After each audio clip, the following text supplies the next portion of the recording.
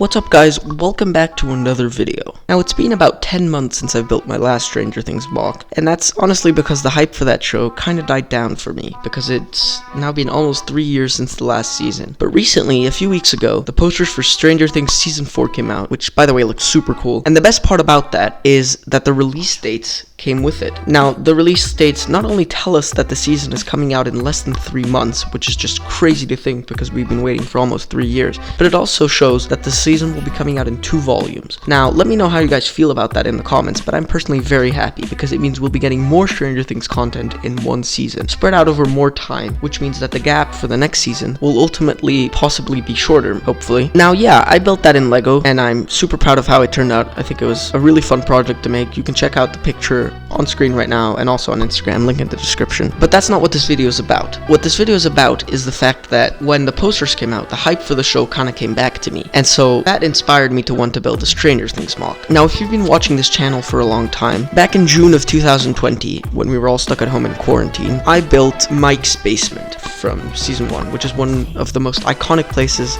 from the entire show, but most importantly and mainly season 1. At the time, it was okay for my standards because I've improved by a lot since then.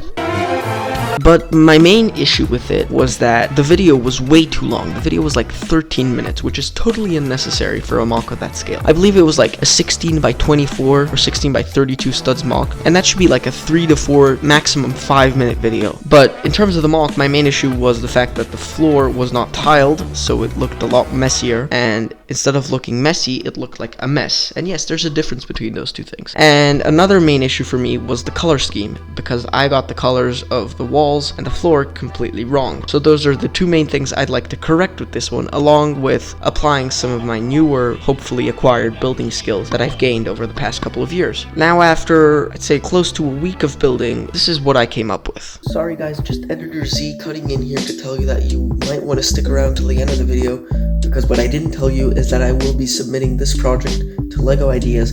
I think it could be the perfect set that LEGO could make, another set in the Stranger Things line, so you might want to stick around to the end of the video to see if they approve this project or not.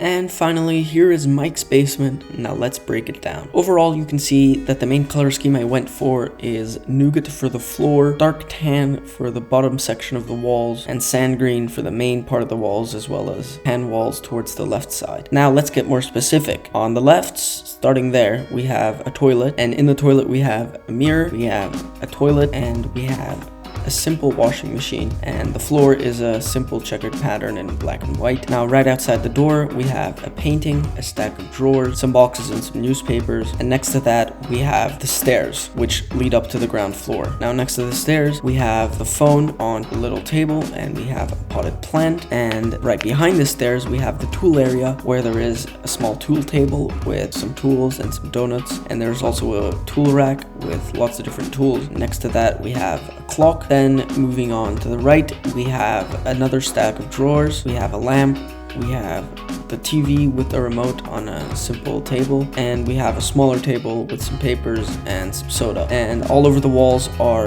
posters, as well as some nice windows which on the outside of the house would be seen on the bottom. And kind of in the center area we have a nice dark green armchair where Eleven is sitting. We have a small coffee table with a radio and a pizza box, and we have a bright yellow couch which I think encapsulates the style of the 80s very well. And next to the couch we have Eleven's fort, which is basically just a table with blankets to cover it, and the way I made the blankets is by using K pieces in different colors, and on top of it I put Eleven's wig, a waffle, and a camcorder. Now all over the floor there's just some posters and some random stuff.